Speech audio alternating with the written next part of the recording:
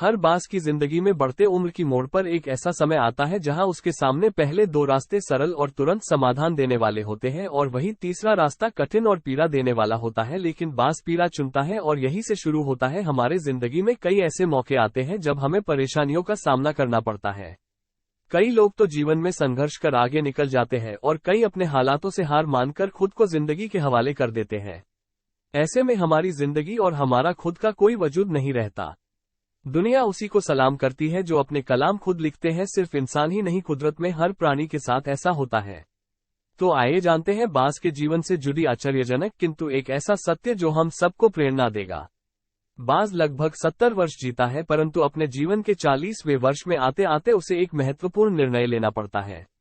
इस अवस्था में उसके शरीर के तीनों प्रमुख अंग बेअसर होने लगते हैं। पहला, पंजे लंबे और लचीले हो जाते हैं और शिकार को पकड़ने में कमजोर हो जाते हैं।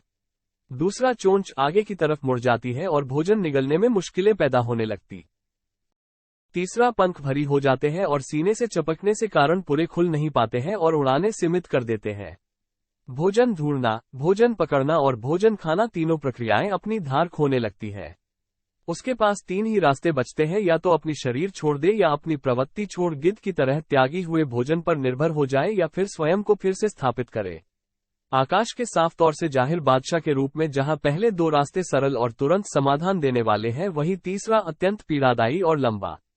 बास पीड़ा चुनता है और स्वयं को फिर से स्थापित करता है। वो किसी ऊंचे पहाड़ पर जाता है, एकांत में अपना घोंसला बनाता है और तब शुरू करता है पूरी प्रक्रिया। सबसे पहले वह अपनी चोंच चट्टान पर मार मार कर तोड़ देता है। अपनी चोंच से अधिक पीड़ादायक कुछ भी नहीं है पंक्षी राज के लिए।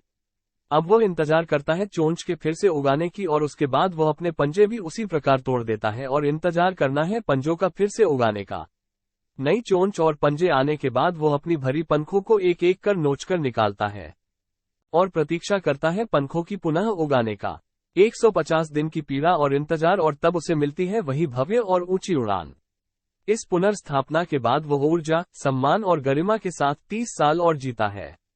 आपने कई बार ये सुना होगा, भगवान भी उसी की मदद करते हैं जो अपनी मदद खुद करता है। आज आपको इसकी मिसाल मिल गई होगी। जैसे बास संघर्ष करता है 150 दिन तक और भगवान उसका संघर्ष बेकार नहीं जाने देते, उसको नई जिंदगी देकर कुदरत हमें सिखाने बैठी है। जैसे पंजे पकड़ के प्रतीक है, चोंच सक्रियता की और पंख कल्पना को स्थापित करते हैं। इच्छा हालातों पर काबू रखने की, सक्रियता स्वयं की अस्तित्व की गरिमा बनाए रखने की, कल्पना जीवन में कुछ नएपन बनाए रखने की। हम में भी 40 तक आते आते इच्छा, सक्रियता और कल्पना तीनों के तीनों निर्बल पड़ने लगते हैं। हमारा व्यक्तित्व ही ढीला पड़ने लगता है। आधे जीवन में ही जीवन खत्म होने जैसा लगता है। उत्साह, आकांक्षा, ऊर्जा नीचे की ओर जाने लगती है। हमारे पास भी कई विकल्प होते हैं, कुछ सरल और कुछ पीड़ादायक।